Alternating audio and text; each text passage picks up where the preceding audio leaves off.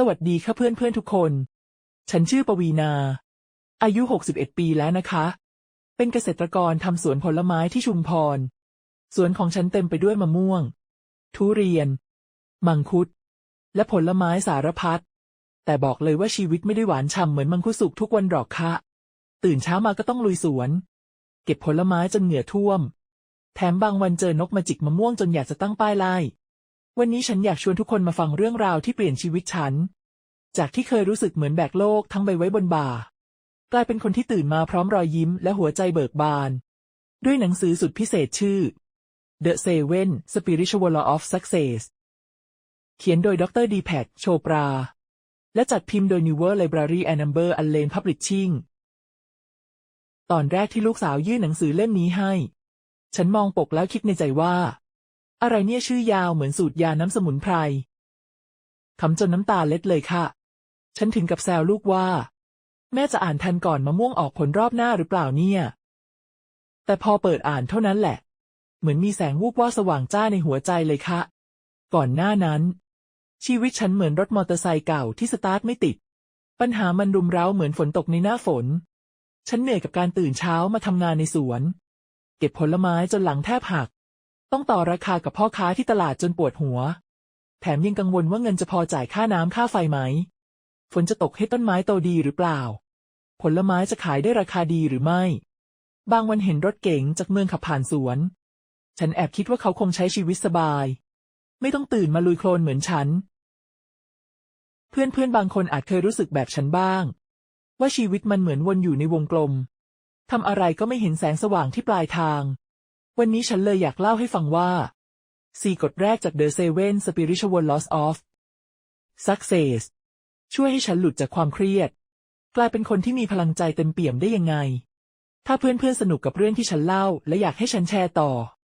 ลองว่าไปกดลิงก์บายมีคอฟฟี่ในคำอธิบายคลิปนะคะ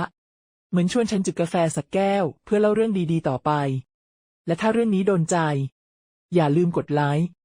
กดแชร์กดติดตามช่องไว้นะคะเราจะได้ไปต่อด้วยกันในส่วนถัดไปเพื่อนคะถ้าชีวิตฉันเมื่อ5 ปีก่อนเป็นรถมอเตอร์ไซค์เก่าที่สตาร์ทไม่ติดอย่างที่เล่าไปต้องบอกว่ารถคันนั้นยังติดหล่มโคลนในสวนผลไม้แถมยางรั่วน้ำมันหมดไฟหน้าดับและกระจกมองข้างหายด้วยนะคะทุกเช้าฉันตื่นขึ้นมาในสวนที่ชุมพรต้องลุยเก็บมะม่วงทุเรียนมังคุดจนเหงื่อชุ่มหลังบางวันเจอนกมาจิกมะม่วงจนต้องวิ่งไล่เหมือนเด็กๆหรือเจอตัวเงินตัวทองแอบมากินผลไม้ตกฉันแอบคิดว่านี่ฉันทำสวนหรือเปิดสวนสัตว์กันแน่บางครั้งเจอศัตรูพืชรุมเร้ามะม่วงต้องผสมยาไล่แมลงเองจนปวดหัว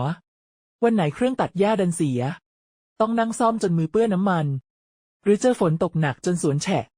ต้องเดินลุยโคลนเพื่อตรวจต้นไม้ผลไม้ที่เก็บมาก็ต้องคัดแยกให้ได้คุณภาพบางลูกช้ำจนต้องทิ้ง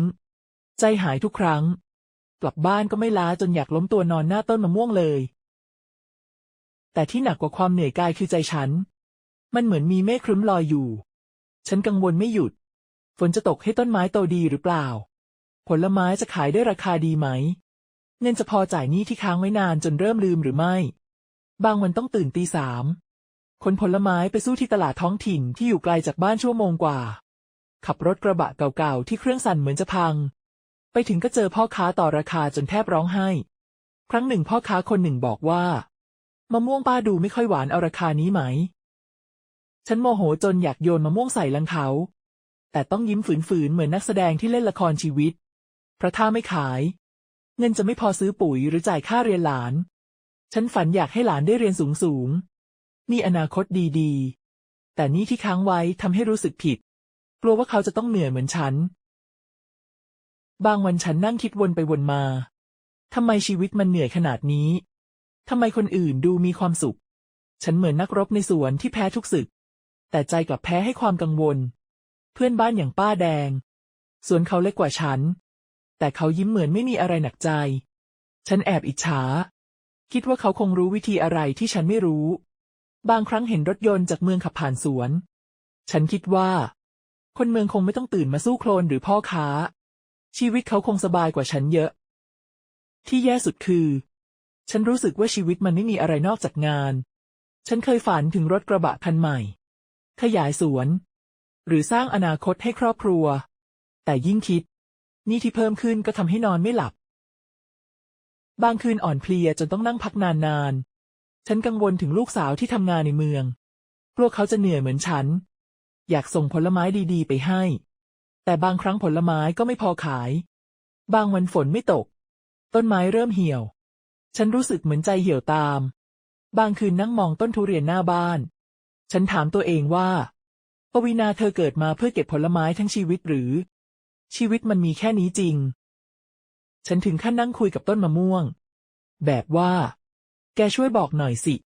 ฉันจะหาทางออกได้ยังไงเพื่อนๆขำไหมคะ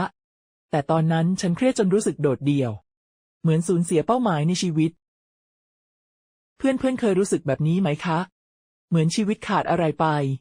แต่ไม่รู้คืออะไรอาจเป็นความเหนื่อยที่สะสมความกังวลเรื่องเงินหรือรู้สึกว่าทำไปเพื่ออะไรฉันอยากให้เพื่อนๆนึกถึงตอนที่รู้สึกเหนื่อยล้าแบบนี้และมาเล่าในความคิดเห็นนะฉันอยากรู้จริงๆเรื่องราวของฉันคงเหมือนเพื่อนๆบางคนและฉันอยากบอกว่าฉันเจอทางออกแล้วด้วย4 กฎจาก The Seven Spiritual Laws of Success ที่เปลี่ยนฉันจากเกษตรกรที่เครียดจนผมร่วงกลายเป็นคนยิ้มได้ทุกวันอยากรู้ฟังต่อเลยค่ะถ้าชอบเรื่องนี้ลองมากดลิงก์บายมีคอฟฟี่ในคำอธิบายคลิปนะคะเหมือนให้กำลังใจฉันเล่าต่อหลังจากที่ฉันรู้สึกเหมือนนักรบที่แพ้ทุกศึกในสวนทั้งหนี้พ่อค้าและเมฆครึ้มในใจลูกสาวฉันยื่นหนังสือเล่มหนึ่งให้ชื่อยาวเหยียดว่า The Seven Spiritual Laws of Success เขียนโดยดร.ดีแพค โชปราจัดพิมพ์โดย New World Library and Amber Allen Publishing ฉันมองปกแล้วคิดว่าเล่มนี้จะช่วยอะไรได้อ่านจบหรือเปล่ายังไม่รู้ขำตัวเองจนน้ำตาเล็ดเลยค่ะแต่พอเปิดอ่านแค่หน้าแรกเหมือนมีลมเย็นพัดผ่านใจมันเหมือนแสงสว่างที่ฉันพูดถึงตอนแรกเริ่มส่องเข้ามาฉันเลยตัดสินใจลองทำตามวันนี้จะเล่าถึง4 กฎที่เปลี่ยนฉันจากเกษตรกรที่เครียดจนผมร่วงกลายเป็นคนที่ตื่นมายิ้มได้ทุกวันหลังจากที่ฉันรู้สึกเหมือนนักรบที่แพ้ทุกศึกในสวนทั้งหนี้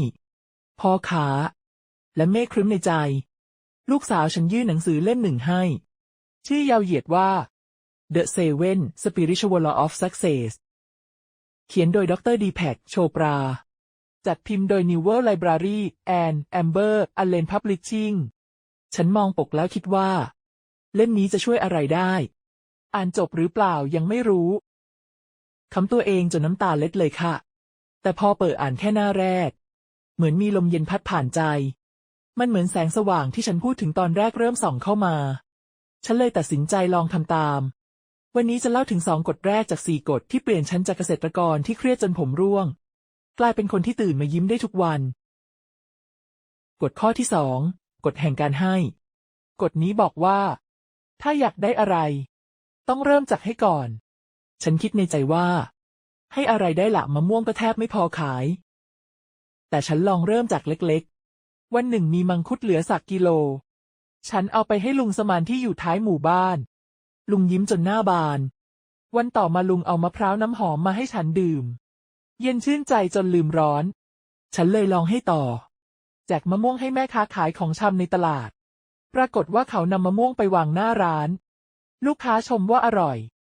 สั่งซื้อเพิ่มการให้มันเหมือนโยนมังคุดลงน้ำคลื่นมันกระจายออกไปแล้วกลับมาหาเราในแบบที่ไม่คาดคิดเพื่อนๆลองให้อะไรเล็กๆวันนี้ดูสิคะอาจจะเป็นรอยยิ้ม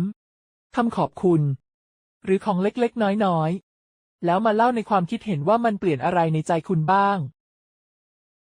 กฎข้อที่3 กฎแห่งเหตุและผลกฎนี้บอกว่าทุกการกระทำมีผลตามมาเหมือนปลูกมะม่วงได้มะม่วงปลูกหนามก็ได้หนามดร.ดีแพคบอกว่าถ้าอยากได้สิ่งดีๆต้องเริ่มจากทำดีฉันเคยโมโหพ่อค้าที่ต่อราคามะม่วงถูกๆจำได้ว่าวันหนึ่งเขาบอกว่ามะม่วงป้าไม่ค่อยสวยฉันของขึ้นจนพูดจาแข็งๆไปพ่อกลับบ้านรู้สึกแย่เหมือนใจมันฝืดๆฉันเลยลองเปลี่ยนวันต่อมาเจอพ่อค้าคนเดิม ฉันยิ้มให้เขา พูดว่า วันนี้มะม่วงหวานนะลองชิมก่อน เขายิ้มตอบ ซื้อในราคาดีกว่าเดิม แถมบอกว่ามะม่วงป้าครั้งนี้อร่อยจริง ฉันแอบคิดว่า นี่จักรวาลมีบัญชีจดทุกยิ้มหรือไง การทำดีมันเหมือนรดน้ำต้นไม้ วันหนึ่งมันจะให้ร่มเงา เพื่อนๆลองทำอะไรดีๆวันนี้ดูสิคะ อาจจะพูดคำดีๆกับเพื่อนบ้าน หรือช่วยคนรอบตัวเล็กๆน้อยๆแล้วมาเล่าในความคิดเห็นว่ามีอะไรเปลี่ยนบ้าง ฉันรอฟังอยู่นะ กฎข้อที่ 4 กฎแห่งความพยายามน้อยที่สุด กฎนี้ฟังแล้วขำสุด ดร.ดีแพคบอกว่า อย่าฝืน ปล่อยให้ทุกอย่างไหลเหมือนน้ำในคลองที่ฉันนั่งมอง ฉันเคยเครียด อยากให้ฝนตกทุกวันเพื่อผลไม้จะได้โตไว วิ่งวุ่นเช็คพยากรณ์อากาศ รดน้ำจนแขนล้า แต่ฝนมันไม่สนใจฉันเลย วันหนึ่งฉันลองหยุดกังวล บอกตัวเองว่า ปวีณาปล่อยให้สวนร้องเพลงเองบ้าง ฉันรดน้ำด้วยใจรัก ไม่คาดหวังว่าฝนต้องตกเมื่อไหร่ ปรากฏว่าปีนั้นผลไม้สวยงาม มะม่วงหวานฉ่ำ ทุเรียนเนื้อแน่น ขายได้ราคาดีเกินฝัน ฉันเริ่มเข้าใจว่า ถ้าทำอะไรด้วยใจ ไม่บังคับ ทุกอย่างมันง่ายขึ้น ชีวิตเหมือนลำธารที่ไหลไปได้สวย เพื่อนๆลองหยุดกังวลเรื่องหนึ่งวันนี้ดูสิคะ อาจจะเรื่องเล็กๆอย่างเงินจะพอไหม หรือผลไม้จะขายได้หรือเปล่า แล้วมาเล่าในความคิดเห็นว่าชีวิตเปลี่ยนไปยังไง ฉันอยากรู้สุดๆ การทำตาม4 กฎนี้เปลี่ยนฉันจากเกษตรกรที่เครียดจนผมร่วง เป็นคนที่ยิ้มได้ทุกวัน ชุมชนเราอบอุ่น ผลไม้ขายดี เงินเริ่มไหลมา แต่ที่สำคัญคือใจฉันเต็มไปด้วยความหวัง เพื่อนๆลองทำอะไรเล็กๆตามกฎนี้ดูสิคะ อาจจะนั่งเงียบ5 นาที แจกของเล็กๆ พูดคำดีๆ หรือหยุดกังวลสักเรื่อง สิ่งที่ฉันได้เรียนรู้คือ ชีวิตไม่ต้องสมบูรณ์แบบ แค่เริ่มจากก้าวเล็กๆ ก็เหมือนปลูกเมล็ดมังคุด วันหนึ่งมันจะโตเป็นต้นไม้ใหญ่ ชุมชนเราตอนนี้เหมือนงานวัดที่ทุกคนแบ่งปันผลไม้ เงินจากผลไม้เริ่มไหลมาหนี้ลดลง แต่ที่สำคัญคือใจฉันเต็มไปด้วยความหวัง ฉันอยากให้เพื่อนๆลองทำตาม และมาเล่าในความคิดเห็นนะคะ ว่ากฎข้อไหนทำให้คุณยิ้มได้บ้าง หรือชีวิตเปลี่ยนไปยังไง ฉันรออ่านทุกเรื่องราวเลย ถ้าชอบคลิปนี้ ช่วยกดไลค์ กดแชร์ กดติดตามช่องไว้นะคะ จะได้ไม่พลาดเรื่องราวดีๆในคลิปหน้า อาจจะเป็นกฎที่เหลือ หรือเรื่องราวสนุกๆจากสวนของฉัน และถ้าอยากให้กำลังใจฉันเล่าต่อ ลองมากดลิงก์ Buy Me a Coffee ในคำอธิบายคลิปด้วย เหมือนชวนฉันจิบกาแฟสักแก้ว ชีวิตเหมือนสวนค่ะ ใส่ใจนิดเดียวก็ผลิออกผล ขอบคุณที่ฟังจนจบนะคะ ไปลองทำตามกันเลย